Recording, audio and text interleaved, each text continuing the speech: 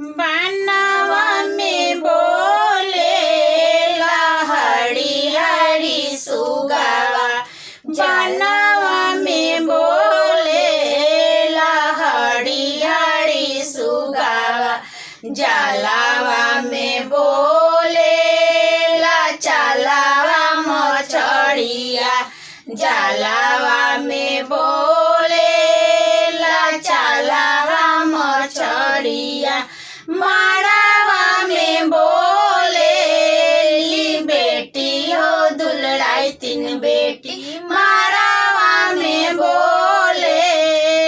बेटी हो दुलड़ाई तीन बेटी, आजू पापा वीरान कई दिहल,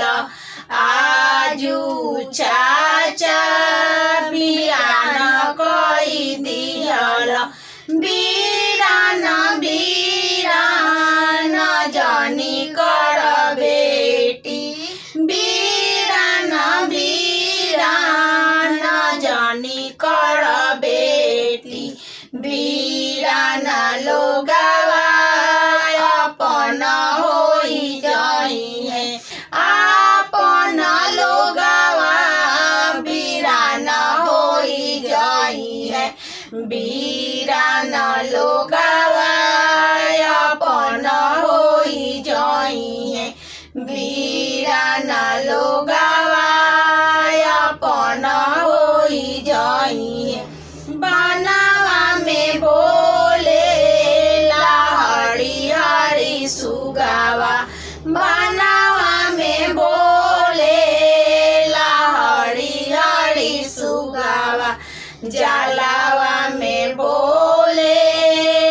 चलावा मछड़िया, जलावा में बोले चलावा मछड़िया, मारावा में बोले बहिना हो दुलड़ाई तीन बहिना, मारावा में बोले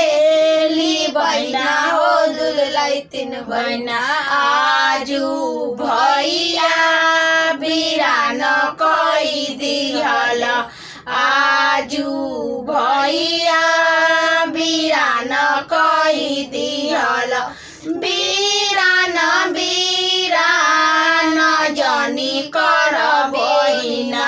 वीरान वीरान जनी कर